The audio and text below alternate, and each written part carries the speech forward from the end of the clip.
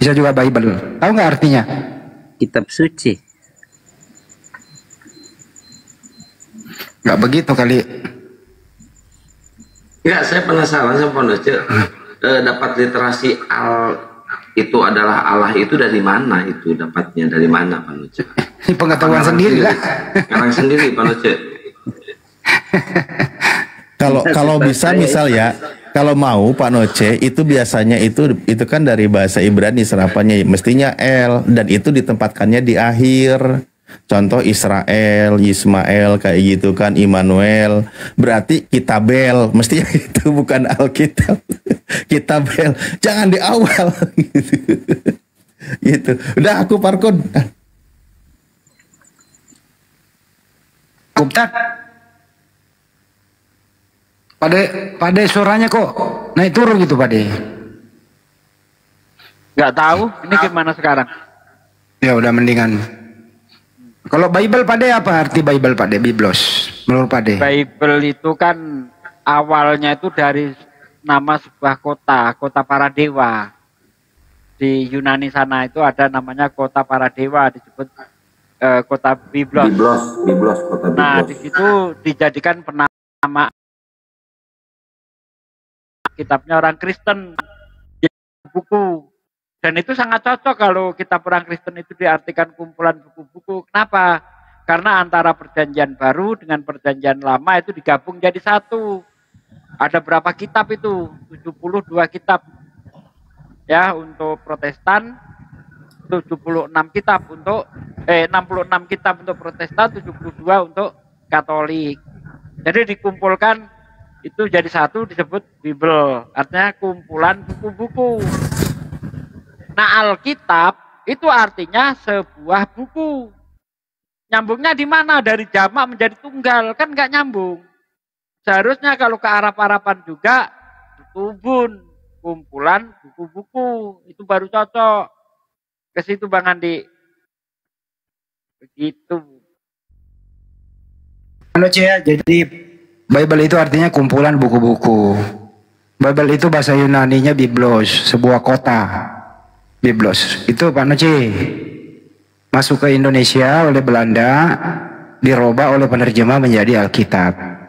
Jadi antara Alkitab dan Bible itu beda makna Pak Noce. Mudah-mudahan paham ya. Dahi, Assalamualaikum Ahi.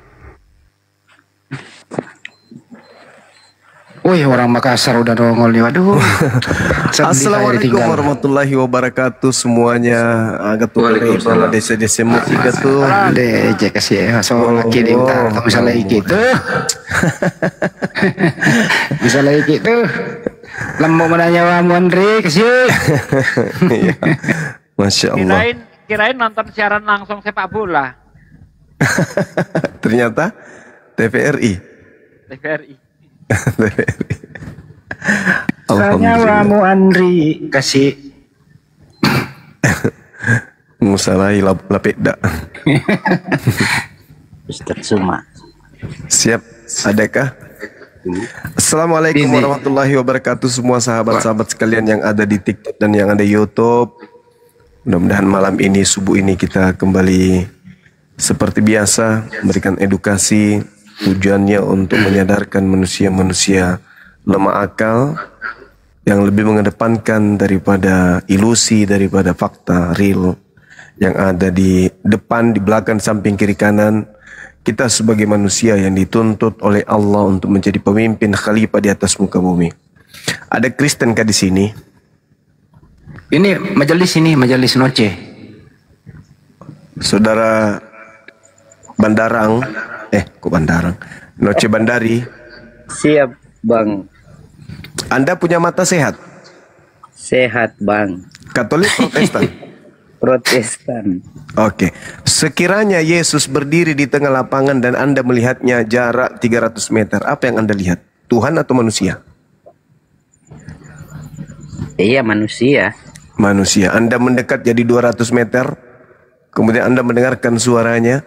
Suara apa yang Anda dengarkan? Suara manusia atau suara Tuhan?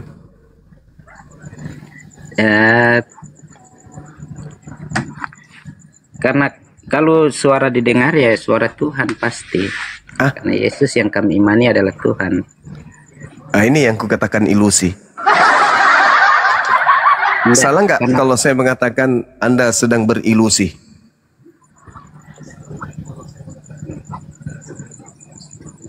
Enggak, Bang.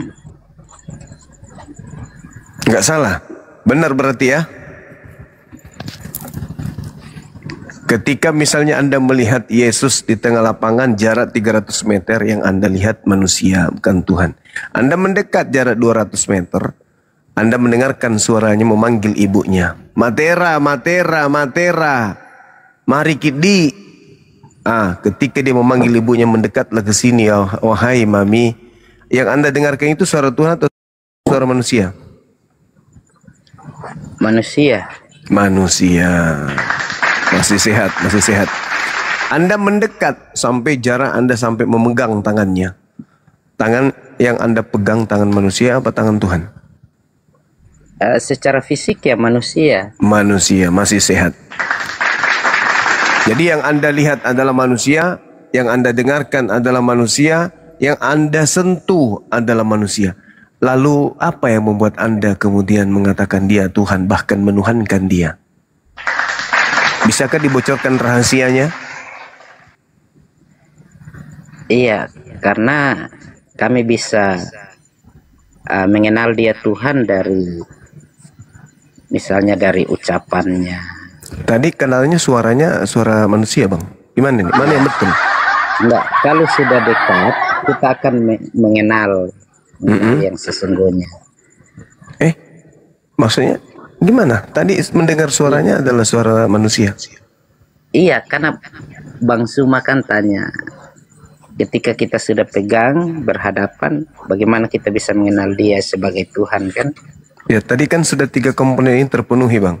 Sebagai manusia, dan itu fakta real. Secara abstrak kita temukan dia. Dan mata kita yang normal ini dia manusia. Kuping kita kemudian yang masih sehat ini mendengarkan suara manusia. Lalu kita sentuh alat peraba yang ada pada diri kita juga menyatakan dia adalah manusia. Lalu apa yang menggiring kita mengatakan dia Tuhan itu apa? Mata kita, pikiran kita, atau ada kekuatan gaib di luar dari kewarasan kita? Nah, kalau memang ketika kita sudah berhadapan dengan dia ya, dari ucapannya keluar kita bisa mengetahui bahwa itu adalah pribadi Tuhan. Bagaimana Anda bisa mengatakan dia Tuhan sedangkan yang berbicara adalah manusia? Iya, semisal dalam kitab Yohanes, ketika kita menyampaikan bahwa engkau adalah Tuhan, dan kemudian dia mengakui bahwa aku adalah Tuhan, itu berarti kita bisa memastikan bahwa di Nggak hadapan ada ayatnya kayak gitu, Bang. Ilusi? Di mana ada dalam ayatnya? Yohanes Agama 13 ilusi ayat yang udah 13. dibilang. Yesus mengatakan bahwa aku adalah guru dan Tuhan. Nah, yang mengatakan di situ Tuhan atau manusia, Bang? Memang yang mengatakan itu manusia, Nah, itu tetapi itu manusia. Terus dari yang menghantarkan sampai akal Anda tertutup, mata Anda tertutup, kuping Anda tertutup, sampai Anda mengatakan dengan meraba-raba dia Tuhan, itu apa?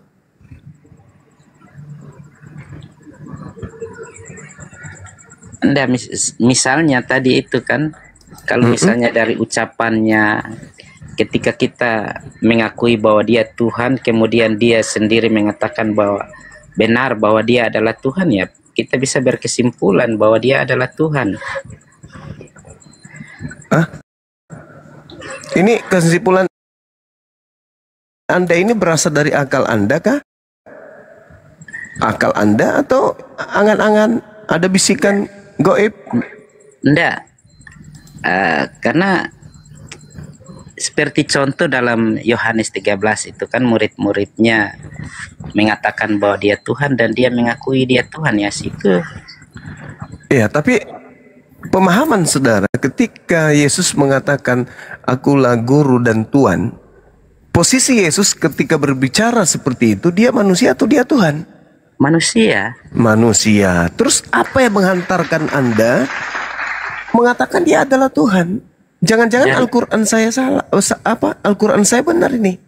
Enggak, dari ucapannya itu kan kita bisa mengenal bahwa siapa sebenarnya di hadapan kita, sekalipun tampak sebagai seorang anak manusia. Jadi kalau misalnya Pak Bombo mengatakan aku adalah Alfa dan Omega, atau Pak Bombo mengatakan akulah Tuhan, akulah guru dan Tuhan, berarti Anda mengatakan dia Tuhan gitu? Enggak, maksudnya Nah, seperti kejadian dalam Yohanes kan seperti itu, ketika murid-muridnya atau misalnya saya lah, saya melihat bahwa dalam pribadi Yesus dari ucapannya, perbuatannya, bagus. saya bisa mengatakan bahwa engkau adalah Tuhan. Dan ketika dia menyahut bahwa benar ucapanmu bahwa aku adalah Tuhan, di situ saya bisa memastikan bahwa ya di hadapan saya itu walaupun tampak manusia, tetapi dari ucapannya atau pengakuannya dia membuktikan bahwa dia adalah Tuhan, begitu Bang. Kalau terjadi pada Bom-Bom, apakah berarti Bom-Bom ini Tuhan? Enggak, kalau Bom-Bom kan manusia. Bedanya dengan yang manusia yang berbicara pada abad pertama itu apa?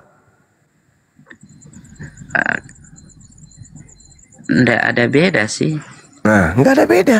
Pertanyaannya, apa yang menggiring saudara meninggalkan akal sehat saudara, mata sehat Anda, kuping sehat Anda, alat peraba Anda untuk meninggalkan itu semua, sehingga Anda bernarasi bahwa Yesus itu Tuhan? Itu kan ilusi, angan-angan, keinginan.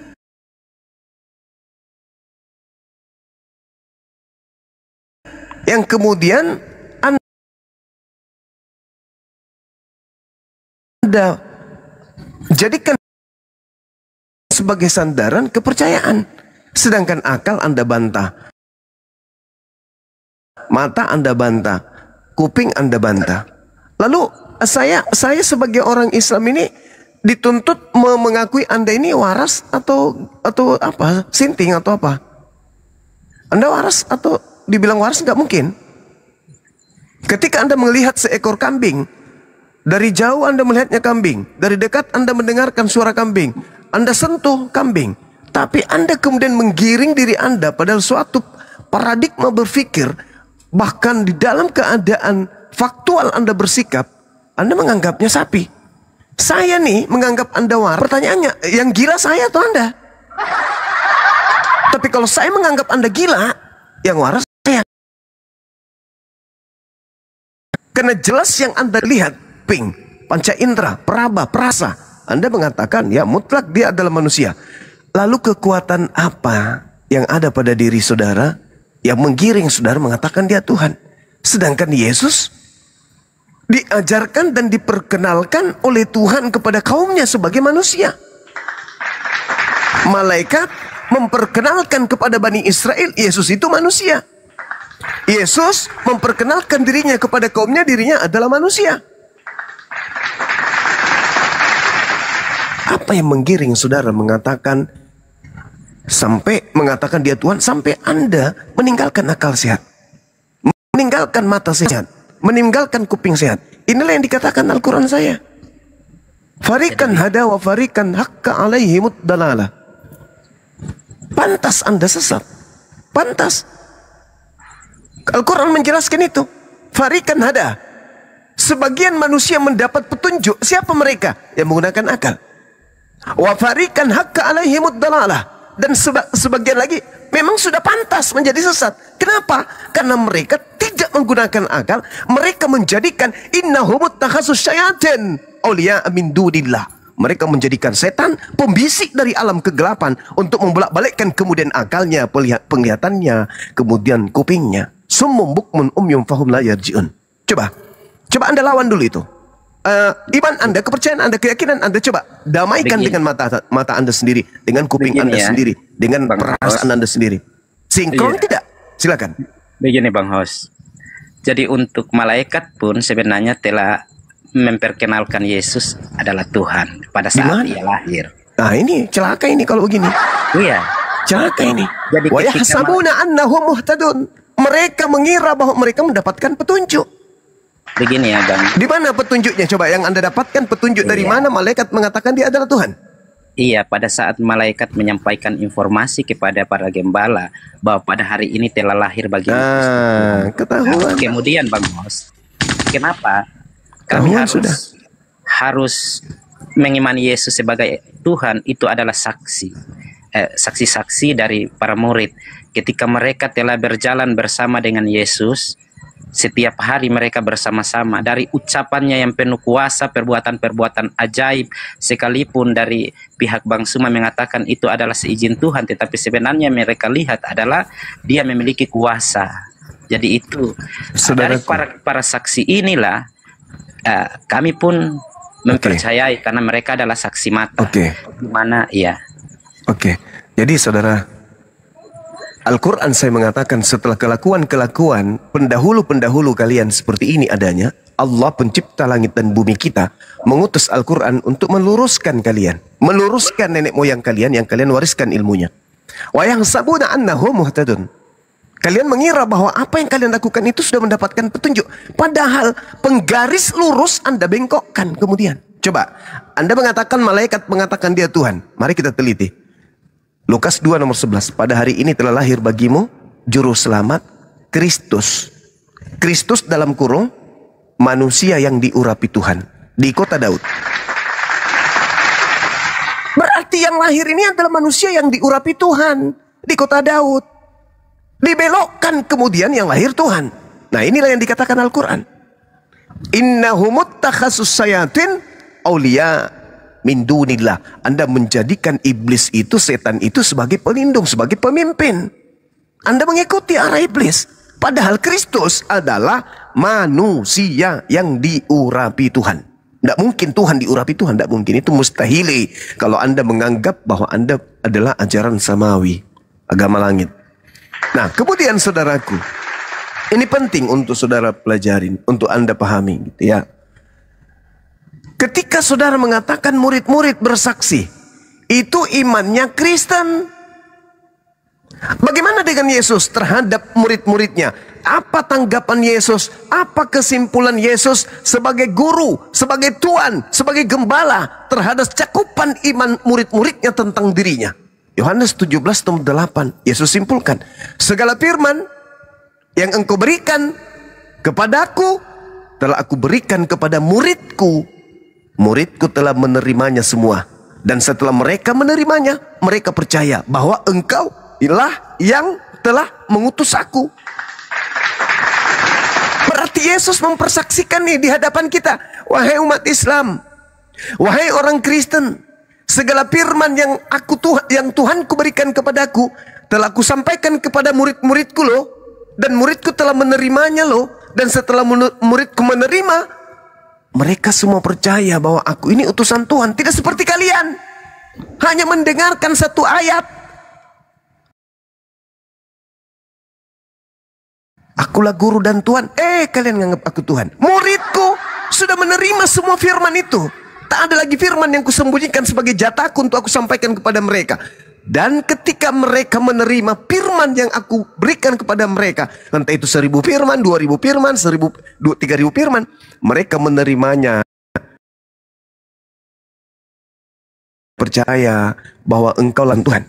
Muridku percaya aku Tuhan atau aku utusan Tuhan. Setelah mereka menerima semua firman, muridku percaya bahwa aku adalah utusan Tuhanku. Kata siapa? Kata Bang Suma? Bukan. Kata Nabi Isa, kata Yesus. Nabi Isa menekankan dalam Al-Quranul Karim, setelah ajaran beliau dibengkokkan, kemudian Nabi Isa dikabarkan sebagai berita gaib kepada Nabi baginda Rasul Muhammad SAW. Apa kata Allah? Katakan kepada manusia, jabarkan kepada mereka bahwa aku mengutus ciptaanku lahir tanpa ayah, utusan Rasul untuk kaum Bani Israel. Wa isqala Isa bin Maryam ya Bani Israel, inni Rasulullahi ilaikum. Rasul, utusan. Makanya di awal tadi saya memulai, ketika Anda dengan Yesus jaraknya 300 meter, apa yang Anda lihat? Manusia mendekat, dia teriak, berikan aku minum. Anda mendekat, Apa yang Anda dengarkan? Suara manusia atau suara Tuhan? Suara manusia. Anda dekat, Anda rabah, Anda peluk Yesus. Apa yang Anda peluk? Manusia atau Tuhan? Manusia juga. Lalu apa yang membuat kepala Anda itu tidak berfungsi? Mata Anda seketika gelap, kuping Anda seketika tuli. Doktrin, dogma. Dari mana dogma ini datang? Dari Tuhan? Mustahile. Tuhan senantiasa memberikan cahaya petunjuk. Lalu dari mana kegelapan ini muncul? Di saat mata Anda masih berfungsi, kuping Anda masih sehat, peraba Anda masih normal, Anda menghilangkan itu semua demi sebuah kekuatan goib yang berasal dari kegelapan. Bagaimana mungkin sebuah kebenaran bisa dikatakan kebenaran absolut ketika sesuatu yang abstrak, sesuatu yang konkret dianggap abstrak, sesuatu yang abstrak dianggap konkret. Ini penyakit, Bang. Ini penyakit. Makanya Al-Quran mengatakan fi qulubihim marad, di dalam hati mereka ada penyakit. Kenapa? Mulutnya, kupingnya, matanya tidak sinkron dengan akal. Yang Anda lihat manusia, yang Anda dengarkan manusia, yang Anda pegang manusia, tapi Anda mengatakan itu Tuhan. Saya sebagai saudaramu merangkul dirimu, lantas apa yang harus saya lakukan? Menganggap kamu sehat atau menganggap kamu sakit? Sakit. Makanya apologet Islam Indonesia wajib mutlak hadir di tengah-tengah umat. Banyak orang sakit, kelihatannya sehat, tapi butuh obat. Obatnya apa? Asupan nutrisi untuk di otak, dimainkan di otak. Nah, makanya saudaraku, ketika Anda mengatakan, oh kami mendengarkan dia mengatakan, akulah guru dan Tuhan. Shhh. Jangan lemah di dalam berpikir. Jangan terkubur sebelum meninggal. Jangan bermimpi sebelum tertidur. Ketika saudara masih menggunakan akal sehat, jangankan murid Yesus, Yesus bersaksi tentang dirinya loh. Sekarang permasalahannya, kesaksian siapa yang paling benar ketika Yesus mengangkat saksi tentang dirinya? Kesaksian kita, kesaksian tetangga, kesaksian orang lain, atau kesaksian Yesus tentang dirinya? Yang benar itu mutlak kesaksian Yesus sendiri. Yohanes 5 nomor 36. Ada kesaksianku yang lebih penting dari kesaksian Yohanes Pembaptis yang telah membaptis aku. Bahwa semua pekerjaan, perkataan, pekerjaan, mujizat, tanda-tanda, kekuatan yang aku lakukan, kesemuanya itu bersaksi bahwa Bapa yang telah mengutus aku. Kesaksian Yesus, aku utusan Bapa atau aku Bapa. Kesaksian Yesus, aku ini rasul atau aku Tuhan. Yesus mempersaksikan dirinya utusan Tuhan. Lalu kita bukan Yesus, jauh hidupnya dari Yesus, hanya mendengarkan ajaran yang dibawa oleh misionaris melalui penjajahan Belanda, ingin melantik Yesus yang bersaksi tentang dirinya bahwa dirinya hanya utusan Tuhan menjadi Tuhan. Sehatkah kita? Atau benar kata Al-Quranul Karim, wa yahsabuna annahum muhtadun. Mereka orang-orang pengikut iblis ini menyangka mereka mendapatkan petunjuk. Maka Islam harus datang meluruskan mereka, menyadarkan mereka, memberikan peringatan kepada mereka. Berikan peringatan. Semoga sekiranya mereka kemudian masih bisa disembuhkan. Ini saudaraku. Jadi sesederhana ini kemudian ketika kita mendudukkan akal kita, mata kita, kuping kita pada tempat yang sesungguhnya, subhanallah, kita akan dilembutkan hatinya untuk mendengarkan kebenaran. Satu konsep yang Anda harus pahami. Unsur makala, unsur man kala, wala tansur makala. Jangan lihat apa yang dikatakan, tapi lihat siapa yang berkata. Jangan lihat siapa yang berkata, tapi lihatlah apa yang dikatakan. Maaf. Saya Muslim, tidak seakidah, tidak seagama, tidak sekeyakinan dengan Anda. Tapi kalau yang saya sampaikan ini benar, berdasarkan akal, lawang diterima toh Cak Ayu. Begitu juga sebaliknya, meskipun satu akidah, satu agama, sekeluarga, serumpun sekalipun, kalau yang dikatakannya itu salah, ya kudu dikatakan salah Cak Ayu. Oh, kita disebut manusia karena kali ini kita gunakan, maka kita disebut manusia sempurna. Tapi ketika kita manusia punya akal tapi kita tidak fungsikan, maka kita sakit akal alias kita depresi, atau kita lagi sinting, atau kita lagi miring, atau kita lagi gila. Atau kita adalah orang waras yang membenci kebenaran sehingga jangankan Tuhan pencipta langit dan bumi, Yesus pun jijik mengakui, enyahlah daripadaku, aku tidak mengenal kalian, kalian semua adalah pembuat kejahatan. Nah, kalau Yesus menolak, Kristen ini mau kemana lagi? Na'udzubillah summa na'udzubillah. Saya kira begitu saudaraku.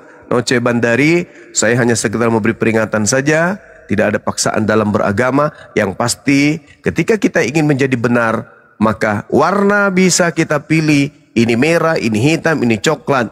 Bentuk badan bisa kita tahu. Ini gemuk, ini kurus. Tinggi badan bisa kita tahu. Kita ukur, ini tinggi, ini rendah, dan seterusnya. Karena tempaan daripada akal yang kita punya. Kenapa kita ditunjuk menjadi pemimpin? Karena Allah membekali kita dengan senjata berupa akal. Kalau akal kita lumpuhkan, tai sapi pun bisa kita tuhankan. Saya kira begitu. Sebagai contoh ceramah, kalau ada anak kita ini kemudian mau ikut pertandingan, dicontoh aja itu. Demikian.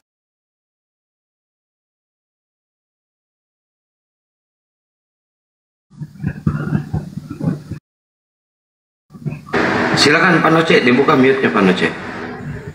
Iya, siap Bang Host. Iya.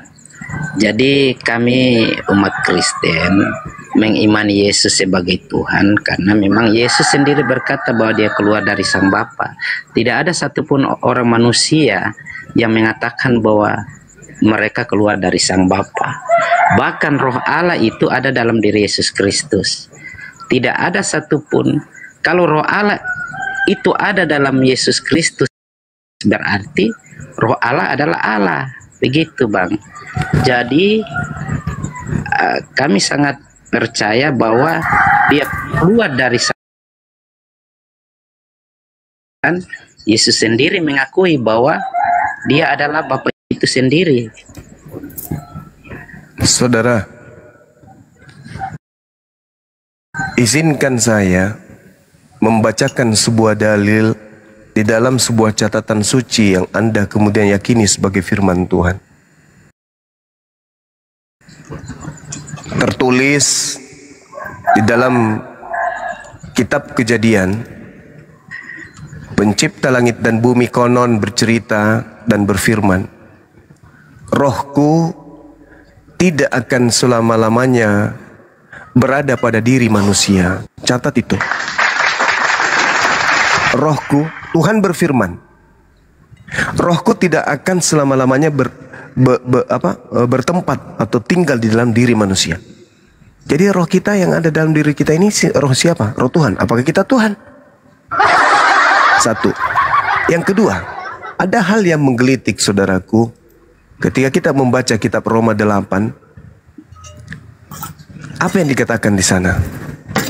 Dan jika roh Dia Elohim yang telah membangkitkan Yesus dari antara orang mati diam di dalam diri kamu juga, maka Dia, Roh Elohim yang telah membangkitkan Kristus Yesus di antara orang mati, juga akan menghidupkan juga tubuhmu yang biologis itu, yang panah itu, oleh rohnya yang ada di dalam dirimu. Ketepak. Saya ulang baca biar lebih mengena. Roma 8 nomor berapa itu? Nomor 11. Dan jika Roh Elohim yang telah membangkitkan Yesus di antara orang mati diam di dalam kamu, maka Dia Elohim yang telah membangkitkan Kristus Yesus di antara orang mati akan menghidupkan juga tubuhmu yang biologis itu oleh rohnya yang diam di dalam kamu. Apa dipikir roh yang ada di dalam tubuh kita ini roh binatang, roh setan, roh malaikat, roh kita sendiri? No. Roh sebagai unsur serpihan cahaya yang membuat biologis kita yang dari tanah yang tak berdaya ini bisa bergerak. Itu adalah serpihan cahaya dari Pencipta. Cuman pinjaman doang dari Tuhan. Pinjaman dari roh cahaya Tuhan dipinjamkan ke kita. Maka kita bisa bicara, kita bisa bergerak, kita bisa bertingkah, kita bisa memiliki pilihan karena adanya serpihan cahaya. Ketika esok hari cahaya itu dicabut oleh sang pemiliknya, maka kita hanya sebuyur bangkai, tak bisa berbuat apa-apa. Kembali menjadi tanah, busuk, hanya menjadi makanan daripada kuman bakteri. Kenapa? Sang pemilik cahaya mengambil cahayanya. Seibarat aliran listrik. Bola lampu yang ada di kamar siapa?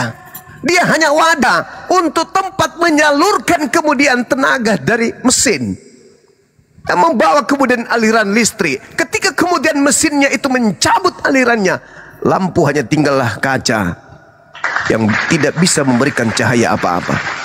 Itulah kita. Jadi roh yang ada di dalam diri Yesus itu sama persis dengan roh yang ada di dalam tubuh kita. Baca Yohanes 3 nomor 34 kalau masih kurang. Barang siapa yang diberi tugas untuk menyampaikan firman, maka roh Elohim akan ada di dalam dirinya sampai tak terhingga.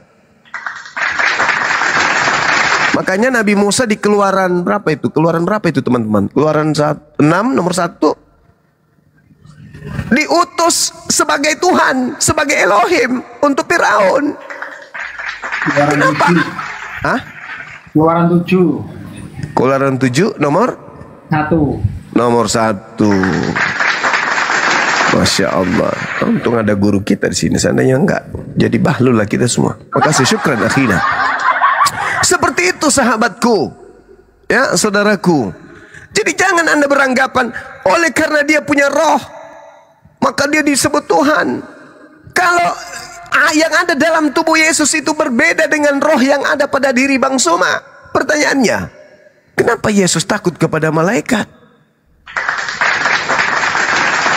Oh, yang takut jasadnya Bang Suma. No, bullshit.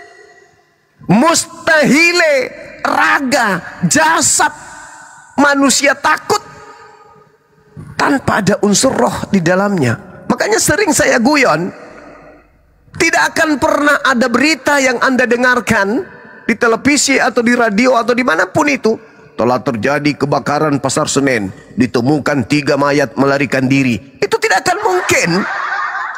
Mayat, kebakaran, bahkan terbakar, nggak peduli lagi. Kenapa? Nggak ada roh di dalam dirinya. Berarti yang merasakan takut adalah roh. Ketakutan roh terbias kepada jasad yang mengakibatkan keringat keluar dari jasadnya. Begitulah yang dialami Yesus. Maka seketika malaikat datang menampakkan diri kepada dirinya, sehingga dia semakin bersungguh-sungguh berdoa, dan peluhnya seperti titik darah yang menetes ke tanah. Kenapa Yesus takut? Ya, namanya juga manusia, tapi ada rohnya Tuhan. Dia, oh bukan begitu konsepnya, Bung.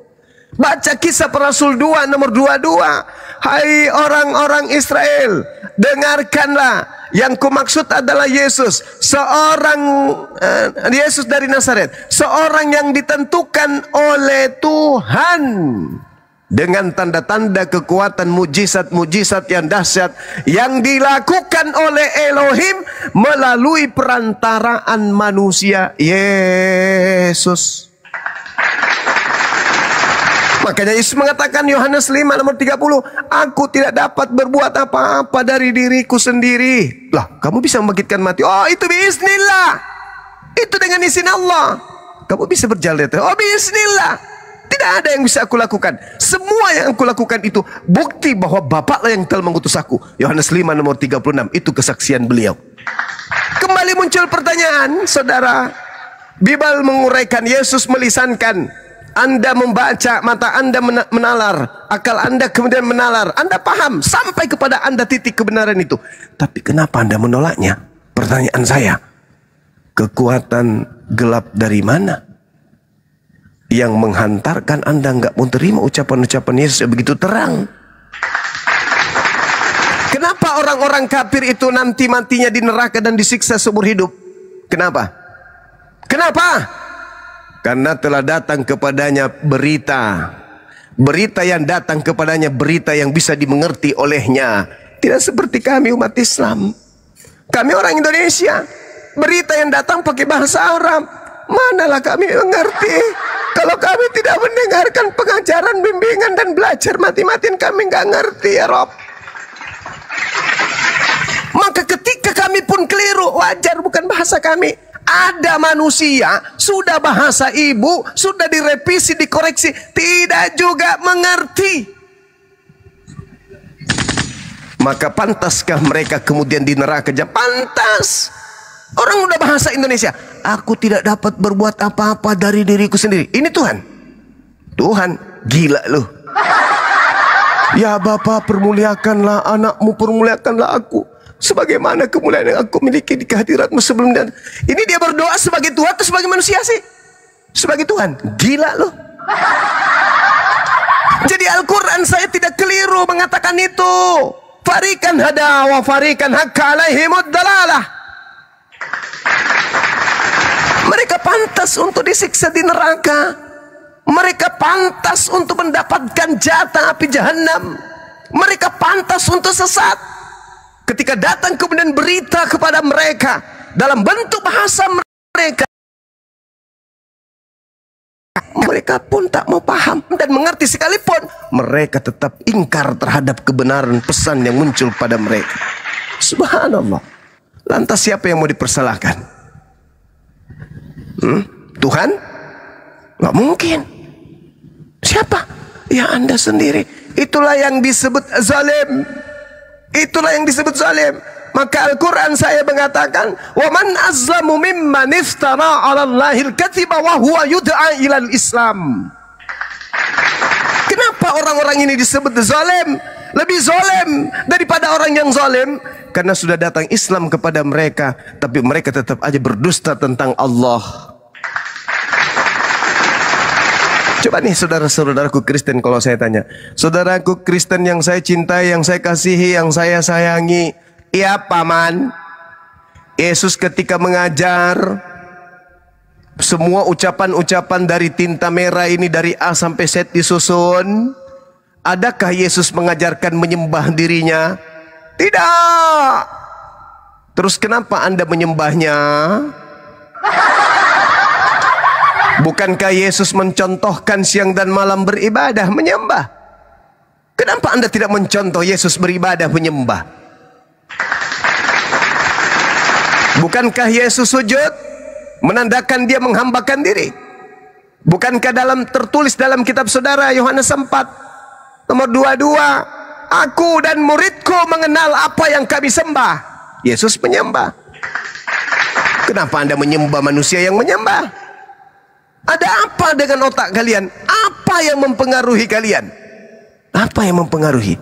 Inilah yang disebut ular tua yang datang kepada Adam, juga datang kepada saudara-saudara kami Kristen.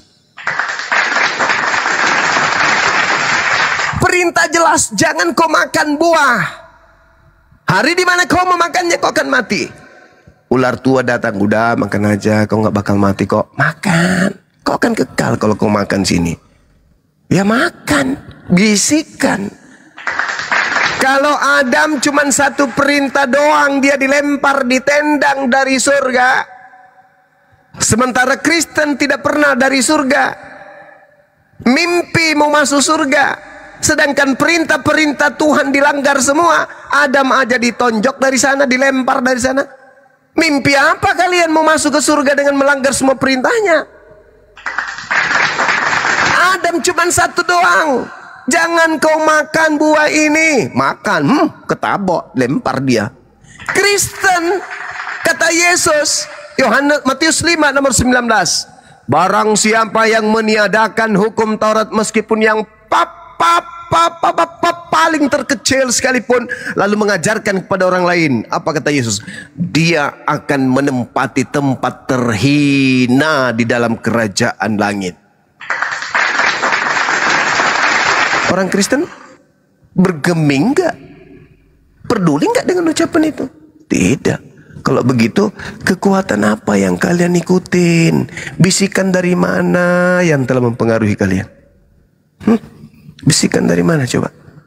Nah, inilah saudaraku, tolak ukurnya jangan terlalu jauh. Ketika saudara melihat Yesus berdiri di lapangan, Anda mengatakan, oh saya melihat manusia. Maju lagi, mendekat. Lalu Yesus berseru, ya Bapakku yang ada di surga, permuliakanlah anakmu. Kamu dengarkan suara apa? Suara manusia apa suara Tuhan? Suara manusia. Lalu Anda rabah, Anda peluk, Anda rangkul, Anda tos dengan Yesus. Anda menyentuh apa? Manusia atau Tuhan? Manusia. Lalu apa yang menggiring Anda menuhankan dia? Alam goib, kekuatan goib. Itulah yang Yesus sebut di dalam Lukas 22 nomor 53.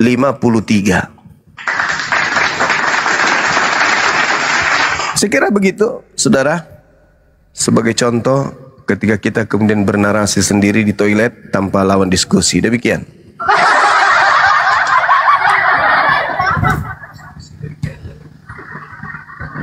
Ya, Pak Nuce, Pak Gondrong, silakan Pak Gondrong. Iya. Jadi Bang Hos, Bang Suma begini ya. Jadi konsep di dalam kitab Kristen, kemudian apabila kita membaca firman Tuhan itu, tentu kita membaca konteks ya. Jadi dari konteks ini menjelaskan isi dari konteks itu. Makanya ketika Bang Suma menyampaikan narasi-narasi ini, Bang Suma menarasikan konteks yang lain. Jadi tidak sebenarnya kita punya cara pandang atau kitab suci memiliki cara pandang tersendiri terhadap Tuhan. Jadi kalau yang Bang Suma sampaikan itu dari cara pandangnya Bang Suma. Tapi kalau dari saya itu cara pandang berdasarkan kitab yang saya imani Bang Suma. Karena memang ada mengatakan bahwa dia adalah utusan, tetapi dalam konteks yang lain juga Yesus sendiri mengakui bahwa dia itu keluar dari Sang Bapa. Kemudian dia juga mengakui bahwa dia itu adalah Tuhan. Kemudian juga dia juga mengatakan bahwa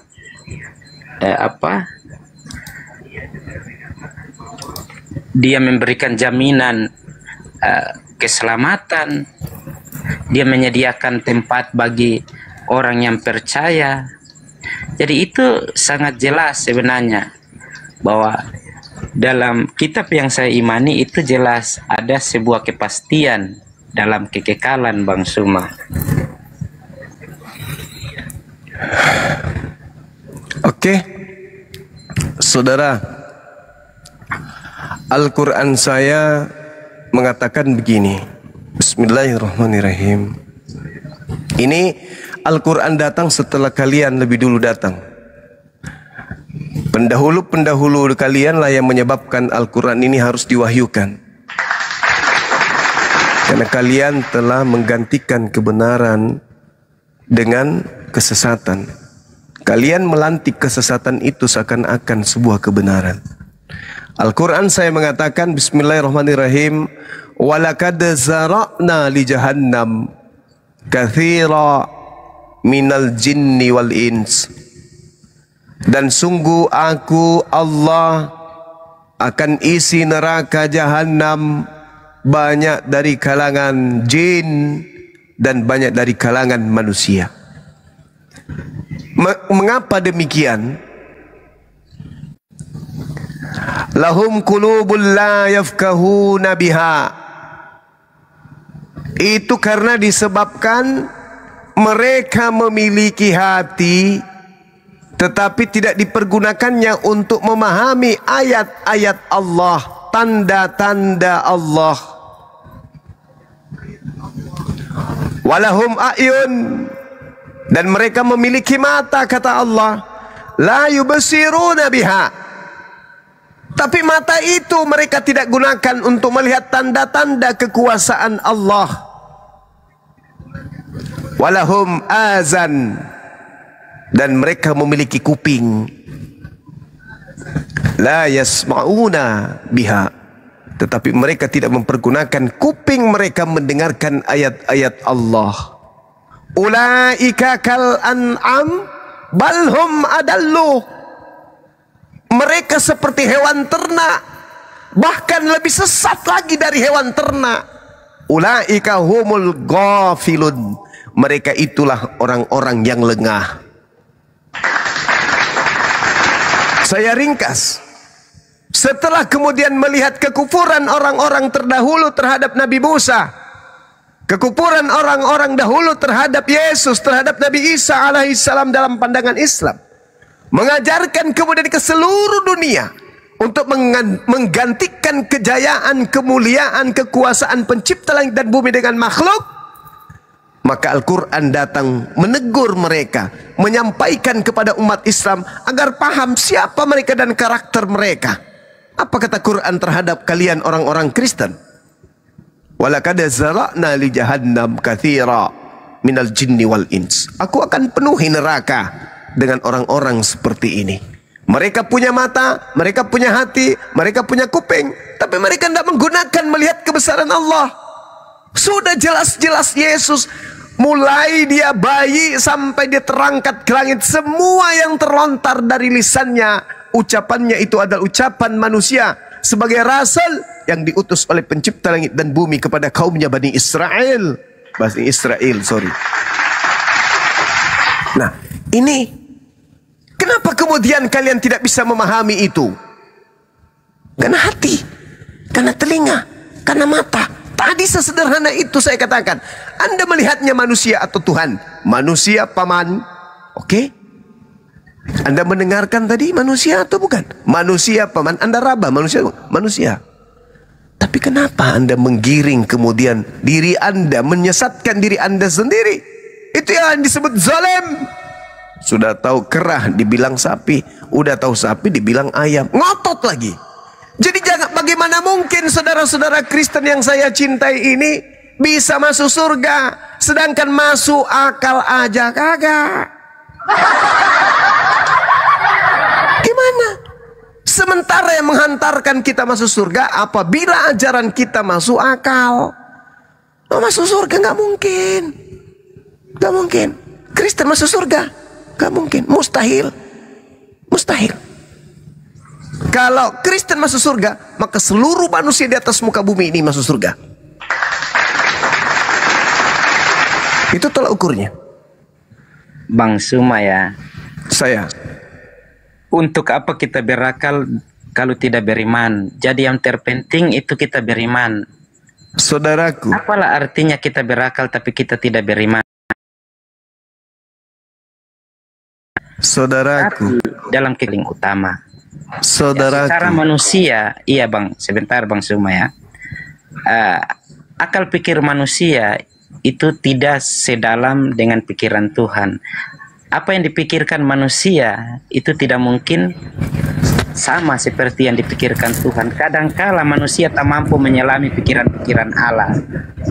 Itu yang saya mau. Saudara. Ya siap bang. Saudara, Anda yakin Tuhan itu maha tahu? Iya, Tuhan itu maha tahu. Tahu kapasitas akal manusia? Apakah Tuhan tahu?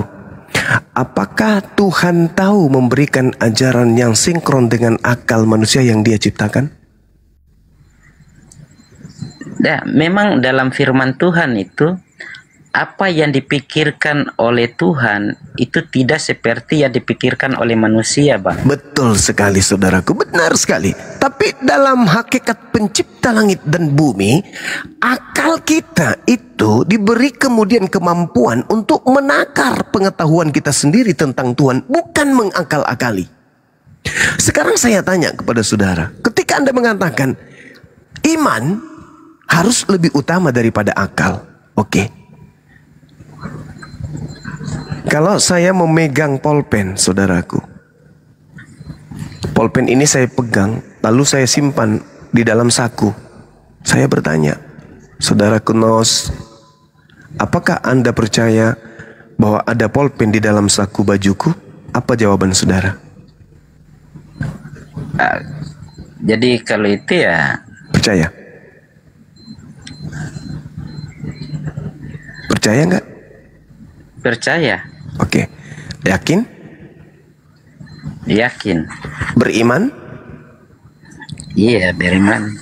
Anda menerima kenyataan ketika saya bertanya, apakah Anda beriman kepada polpen yang saya taruh di saku? Masuk nggak itu? Iya, karena saya yakini ada. Lah, inilah yang saudara Kristen harus paham, bahwa di Kristen itu tak ada iman. Begini ya Bang. Beda percaya dengan iman, saudara. Begini Bang ya. Akal manusia itu misalnya manusia yang telah mati 4 hari itu tidak akan mungkin bisa menjadi pulih kembali. Iya kan, itu akal manusia ini. Oh, nggak bisa, itu masuk akal dong. Enggak. Masuk akal, Bung. Sudah 4 hari orang sudah mulai membusuk, semua organ-organ tubuh sudah mulai rusak, saraf-saraf sudah rusak, tetapi bisa dipulihkan kembali oleh Tuhan. Tapi secara manusia, bahkan secara ilmu kedokteran pun mereka tidak akan percaya bahwa itu bisa dipulihkan kembali. Tetapi kalau Tuhan, Dia mampu melakukan yang tidak mungkin menjadi mungkin. Yang itu yang saya sampaikan kan. Jadi gini, saudara, saya kembali kepada yang tadi. Anda mengatakan lebih utama iman daripada akal. Iya Bang. Anda mengatakan iman Anda benar. Iya, benar. Saya juga mengatakan iman saya benar. Di antara iman Anda dan iman saya, yang benar-benar benar itu yang mana? Apa tolak ukurnya?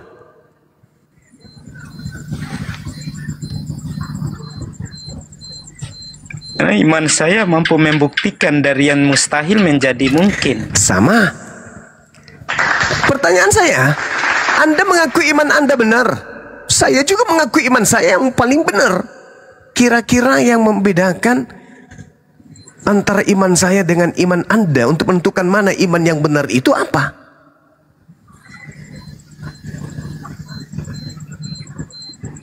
Akal, Bung.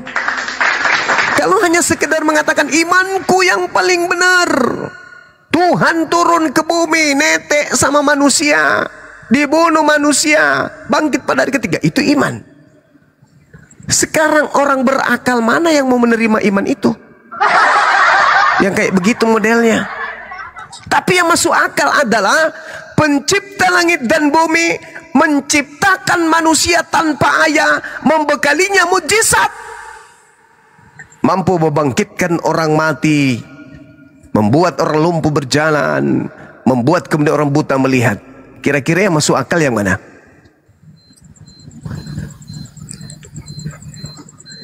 Yang mana yang masuk akal? Bagaimana Bang? Tuhan Anda turun menjadi bukan Tuhan, menjadi manusia, lalu dibunuh oleh manusia.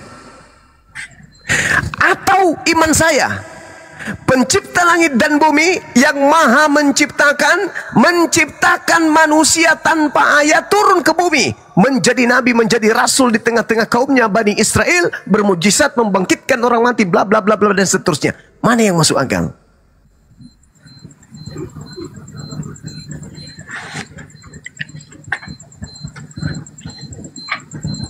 Ya, yang masuk akal ya, Tuhan turun menjadi manusia. La haula wala quwata illa. Kali itu Bang, itu Begini doktrin ya. saudaraku. Bukan, Bang. Dengar dulu. Dengar Begini dulu ya. saudara. Dengar.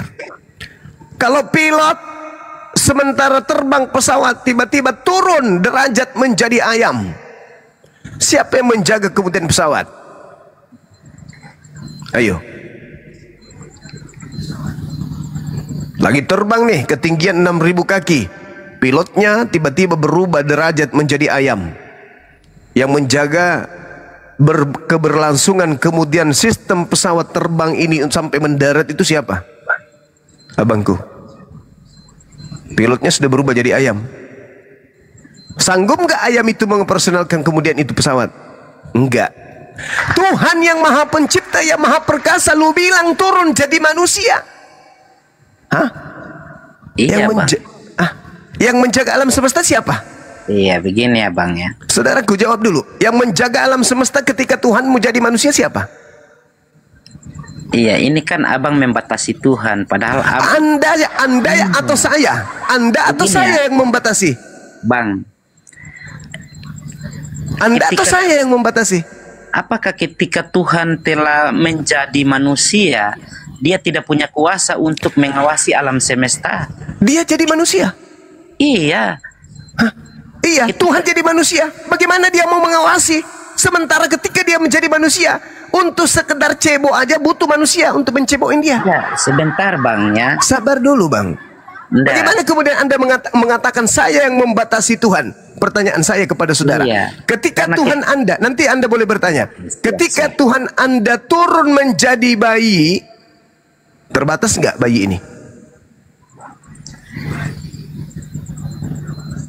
Begini Bang, kalau kita memulai dari bayi, Tuhan itu sejak bayi itu yang kita harus pahami bahwa Apa itu? Tuhan adalah sebuah gelar yang disematkan pada Ini Yesus. bukan gelar Itu doang, berbeda. Bang. Ini bukan gelar. Ini Iya. keadaan Tuhan Anda menjadi bayi. Iya, yang Bayi kami ini pahami berkuasa nggak? di dalam, memang tidak berkuasa, Sudah. tetapi Berarti Anda sejak membatasi bayi- Tuhan. Sejak bayi Yesus itu sudah disembah. La Ya. haula wala quwata. Yang menyembahnya itu manusia tak berakal. Sudah, Bagaimana ya, mungkin? Terserah. Saudaraku, Terserah Bang Suma. agama Jadi pagan begini itu, ya, Bang. Agama pagan itu jangankan bayi manusia, sapi pun disembah. Sapi, pohon disembah, roh-roh disembah. Jadi begini ya Bang.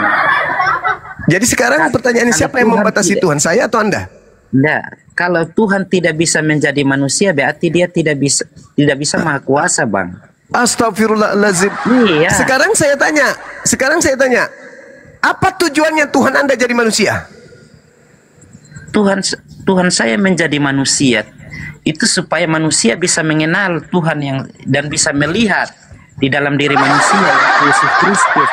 Kan Tuhan itu kan tidak dapat dilihat secara kasat mata. Tuhan berinkarnasi di dalam diri Yesus Kristus menjadi daging supaya dapat kita jamah, kita raba, dapat kita lihat. Untuk apa kita kita berkata Tuhan, tetapi kita tidak bisa melihatnya. Oke, Anda kapan Justru di jumpa dalam dengan diri Yesus? Yesus Kristus itu kepenuhan Allah. Saya tanya, kapan Anda duduk bersama dengan Yesus? Memang saya Apa? Hancur. Ketepak. Nggak pernah. Di mana Anda pernah duduk sama Yesus? tidak pernah, tetapi dari kesaksian firman Tuhan itu membuktikan bahwa mereka yang pernah melihat, menjamah, meraba dia, dan mereka meyakini dan percaya, Bang. Oke, siap. Oke. Jadi, menurut saudara, Tuhan harus turun ke bumi supaya bisa disaksikan oleh manusia. Anda sendiri tidak pernah menyaksikannya. Nah, itu. Anda tidak pernah menyaksikannya. Sekarang Anda mengatakan, tunggu dulu. Anda mengatakan harus disaksikan oleh banyak orang bahwa Tuhan itu ada. Saudaraku, di Islam, alam semesta ini saksi Tuhan itu ada. Alam semesta ini sanurihim ayatina fi afaq wa fi anfusihim. Al-Quran surah Fussilat ayat 53. Allah memperlihatkan tanda-tanda keberadaannya, kebesarannya di segenap penjuru. Yesus cuma datang 33 tahun untuk mempersaksikan dia Tuhan. Pencipta yang benar mempersaksikan dirinya sejak ada ciptaan ini, mempersaksikan dirinya kepada ciptaan bahwa aku adalah Tuhan. Ini bukti bahwa saya Tuhan, menciptakan kesegenap penjuru, menciptakan kesempurnaan yang ada di tengah-tengah kalian. Itu bukti. Sekarang saya minta, mana coba? Bang Suma, buktikan Tuhanmu ada. Lihat langit. Siapa yang menjaga langit? Tuhan. Lihat ritme siang dan malam, siapa yang menjaganya? Tuhan. Lihat kemudian ritme tumbuh-tumbuhan, dipanen hari ini, tumbuh besok, dipanen lagi, tumbuh besok, dipanen lagi, tumbuh besok, tidak ada hentinya. Ikan diambil dari laut, ada lagi, ada lagi, tidak ada habisnya. Itulah bukti saya ada. Sekarang coba buktikan Yesus. Pemeliharaan seperti saat ini. Mana? Iya, semua alam semesta Masalah generasi. Saudaraku, saudaraku. Dengar, dengar saya. Yesus ketika dia datang ke muka bumi bisa nggak cebok sendiri? Di dalam diri Yesus Kristus, Bang. Begini, Bang, ya. Yesus Kristus memiliki dua natur. Ada nggak yang agak-agak waras sedikit? Ini kayaknya udah parah gilanya nih. Nah, begini, Bang. Apa bukti Yesusmu ada? Iya. Apa Yesus iya? Mana? Terbukti sampai hari ini. Mana Yesus sampai hari ini mana? Biar ku traktir dia minum kopi. Mana Yesusmu mana? Yesus mana? Itu mati dan bangkit dan telah kembali itu cerita. Loh, yang saya ingin bukti, mana? Udah. Nggak ada semua yang Yesus. kita imani itu tertulis di dalam kitab suci masing-masing, Bang. Hari ini Bang Suma bernarasi panjang lebar pun berdalil pada saya buktikan dalilnya. Dalil kitab suci saya mengatakan bahwasanya bukti Tuhan saya ada dengan menciptakan alam semesta ini. Sekarang apa buktinya Yesus ada? Yesus pun berkata bahwa dia menyertai sampai selama-lamanya. Mana Yesus? Mana?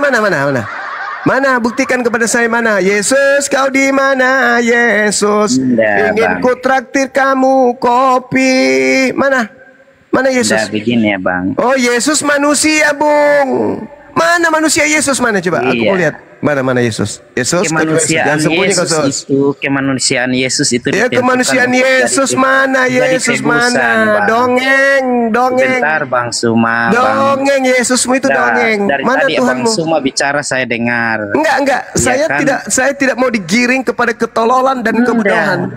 Mana coba? Mana Yesusmu sekarang? Mana Yesus?